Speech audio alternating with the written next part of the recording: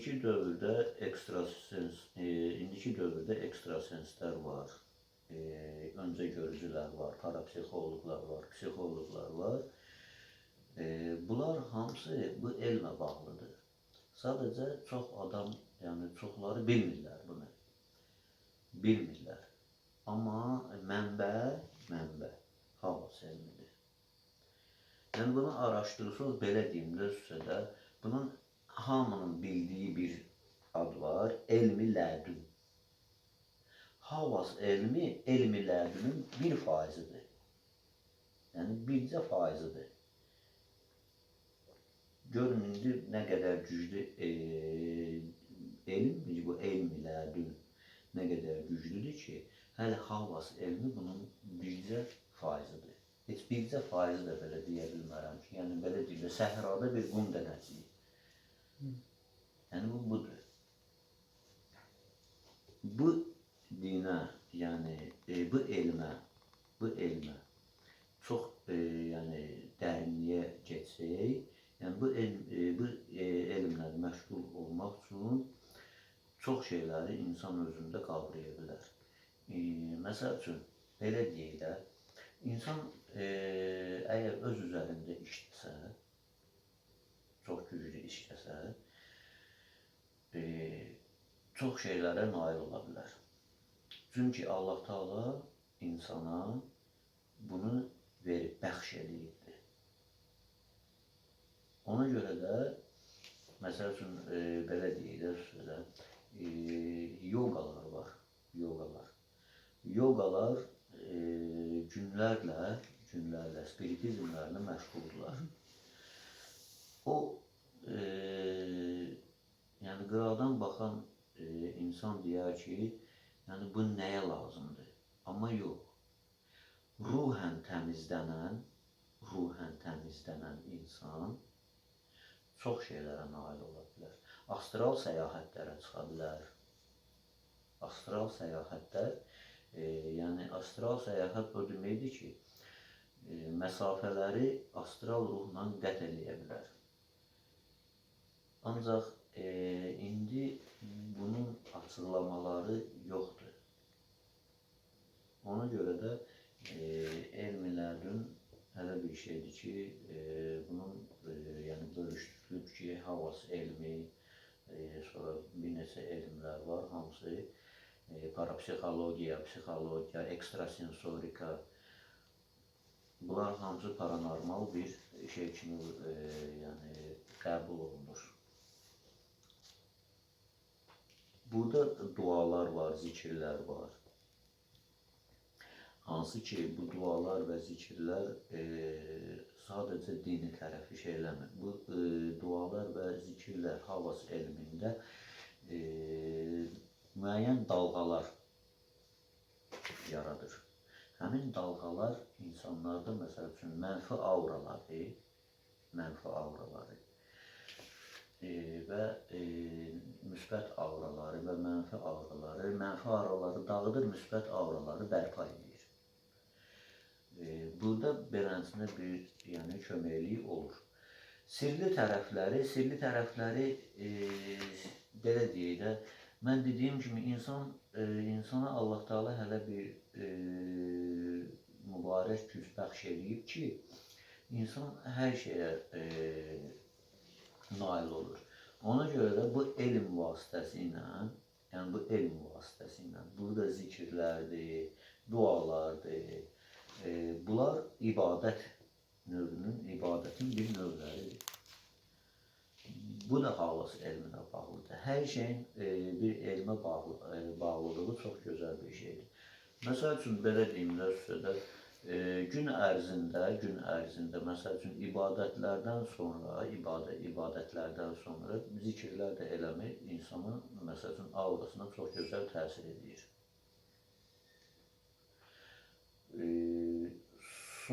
Suyun, yəni Havas elmində belə deyək də, suyun öz kodları var.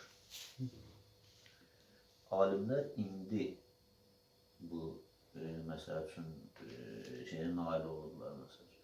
Amma Havas elmində, ümumiyyətlə elmilərində bu kodlar verilir. Sadəcə bunu oxuyub, araşdırıb tapmaq lazımdır.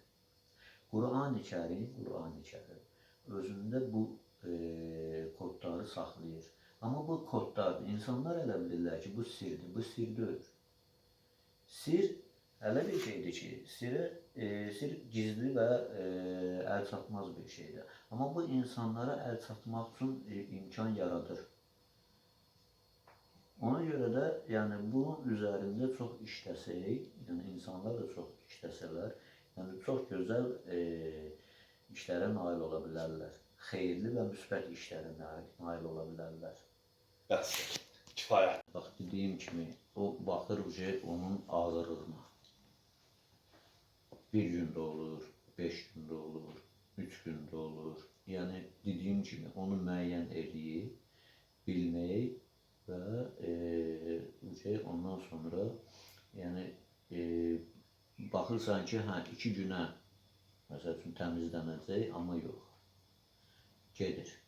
Çünki orada hələ hallar var ki, bu insanın məsəl üçün təsiri çox dərinə gedir. Bir məsləhətdə görərdim ki, məsəl üçün təmizlənmədən sonra mütləq həkimlərə də müraciət eləmək lazımdır. Çünki nəyə görə? Bu insanlarda fəsadlar qalır. Bu fəsad yaradır. Bəli. Məsəl üçün, belə deyim də, bu insan neçə müddətdir bu vəziyyətdə qalır, düzdür, və bu onun əsəb sinir sistemlərinə fəsad yaradır, təsir edir, iştahsızlıq, bunlar hamısı yəni insan orqanizmi də müalicəyə vacibdir. Həm belə deyək, psixoloji tərəfdən, həm parapsixoloji tərəfdən. Parapsixoloji tərəfdən bu havas elmilərdir, yəni bunlar hamısı eləyir. Amma bir də var psixoloji tərəfdən, bu da elmilərdir və havas elminin bir növüdür. Amma bu elmdir. Yəni burada insana lazım olan vitaminlər və preparatlar kömək edir. Bu da lazımdır. Fəsadlar, qalan fəsadlar həkimlikdir. Yəni burada mütləq bu işə, bu cür müraciət edən adam öncə həkimə müraciət edilməlidir mütləq. Bu, məsəl üçün, problemlərlə müraciət edirlər. Köməyi deyənlər də olur, deməyənlər də olur. Yəni, bu, belə deyim də, bu problem deyil, bu normal bir şeydir. Niyə? Çünki işə yanaşmaq üsulu var. Havas elmində biz, məsəl üçün, sıfırdan başlamalıyıq.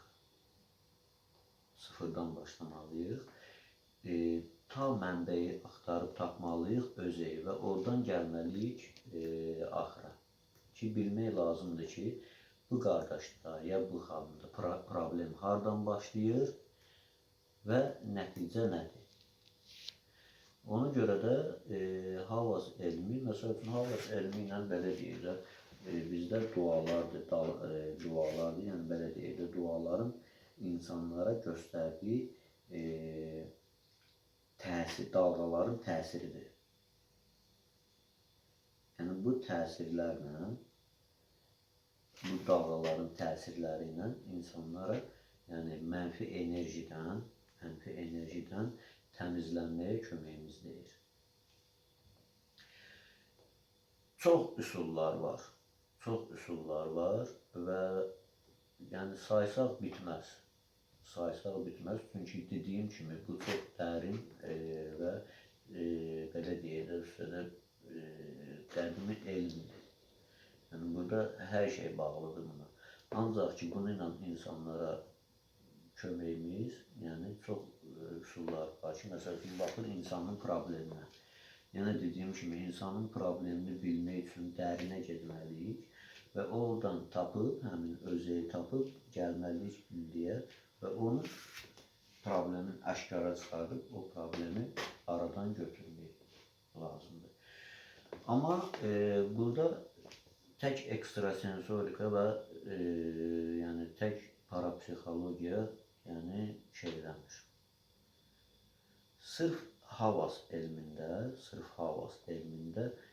yəni burada kimya, riyaziyyat, fizika, yəni bunlar hamısı burada lazımlı bir şeydir. Çünki insanın fiziki tərəfi də var, məsəl üçün bioloji tərəfi də var, riyazi tərəfi də var. Yəni bunların hamısı havas elmində göstərilir və bu üsullardan biz istifadə edib insanlara çalışırıq, əlimizdən gələn köməyi göstəririk. Əla. Yoxlanılır ki, onda o əlamətlər var ya yoxdur. Əlamətlər, məsəl üçün, panik atak da deyirlər bunu. Əlamətlər budur ki, məsəl üçün, səbəbsiz baş ağrılar, yuxusuzluq, əsəb, heç nədən, məsəl üçün, bir də görürsünüz ki, heç nədən bir səbəbi yoxdur, əsəbləşir, özündən çıxır, özünü, yəni, necə deyim sizə, qeyri-adi aparır, tez-tez danışmaq. Məsəl üçün, insanla oturub söhbət edirsən, normal şəkildə yox, səninlə tez-tez danışır. Səbəbsiz elə danışır. Sonra, məsəl üçün, yuxusuzluq olur, iştahdan kəsilmə, əzginlik, özünə inamsızlıq. Yəni, bu əlamətlər insanda mənfi enerjinin olmağını bildirir. Çox əlamətlər var. Sadəcə bunları görmək lazımdır və biraz da bu işdə psixoloq da olmaq lazımdır ki, insanı yəni, tanımaq lazımdır, bilmək lazımdır ki, yəni tanışanda bu insanda bunların hamısını biruzə vermək və bəzi şeylər var ki, bunlar normal gözlə görünür də, yəni bunları belənsinə bilmək olur ki, yəni bu insanda bu mənfi enerji var və ondan sonra bu insanla başlayırsan, yəni araşdırmağa, dediyim kimi sıfırdan nədən baş verib, qorxudan da olur, sonra bəzi negativ hallar var insanda, yəni ehtiyatsızlıq. Bizim dədə-baba sözləri də var ki, məsəl üçün, isti suyu çölə atmayın, olmaz. Yəni, bu şeylər hamısı dini araşdırmalarda biruzə verib ki, nəyə görə gecələr, məsəl üçün, isti suyu çölə atmazlar. Ya, məsəl üçün, çöldə, qaranlıqda ağac dibinə pis gelmək olmaz. Yəni, belə şeylər insanlarda mənfi şeyləri oyadır. Bu, bizim görünməyən dünyanın tərəfidir. Burada, belə deyim də, sizə loru dilində deyəndə, cin vurma deyirlər, musallat deyirlər. Yəni, çox bunların adları var. Bu, indi bizdə, məsəl üçün, müasir dövrdə buna mənfi enerji deyirlər. Çox adam, məsəl üçün, bunu mənfi enerji kimi bilir. Amma bu, yəni, bunun əlamətləri, yəni, saydığım kimi,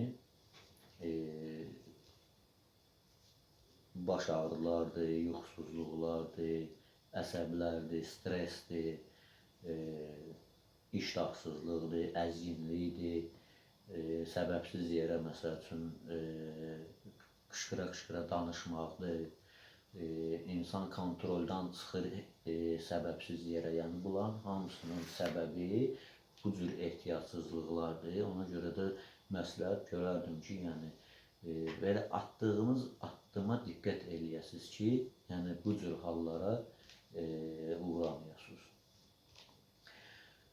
Bunların da hamısını araşdırıb mənbəyini tapandan sonra yəni, bu cür üsullarla həmin adamı başlayırıq təmizləməyə. Burada Quran ayələri, burada yəni müsbət enerji vasitələri var. Çox üsulları var ki, məsəl üçün bu dəfə sadalasam bizim vaxtımız azdır. Ona görə yəni havas elmi ilə insanlara bu cür xeyir vermək, yəni təmizləmək mümkündür və nəticələr də çox gözəl olur. İndi belə deyək də, var ekstrasenslər var, parapsixologlar var ki, yəni bunlarda qeyri güclər var, bu cür güclər var və insanlara xeyri də deyir. Ancaq belə deyək də, havas elmi ilə çox, məsəl üçün, insanlara xeyir vermək olur, xeyir kömək eləmək olur, mənfi tərəfdə. Sizə müraciət edən pasiyentlərin içində ən ağır hansı xəstəliklə bağlı olub, siz onu necə kömək etmişsiniz? Bu barədə məlumat verin. Bu, yəni problemlərin içində ən ağırı musallatdır.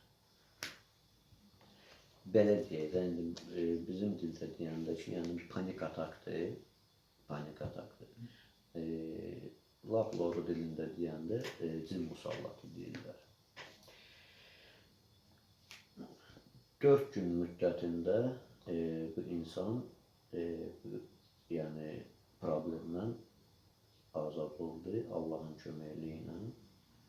Yəni belə deyək də, çox pis vəziyyətdə idi. Amma yenə də təmizlənmədən sonra tibbi müalicələrini yəni davam elətdirdi. İndi də Allahın köməkliyi ilə şükür Allaha yəni öz normal həyat vəziyyətinə qayıtdı.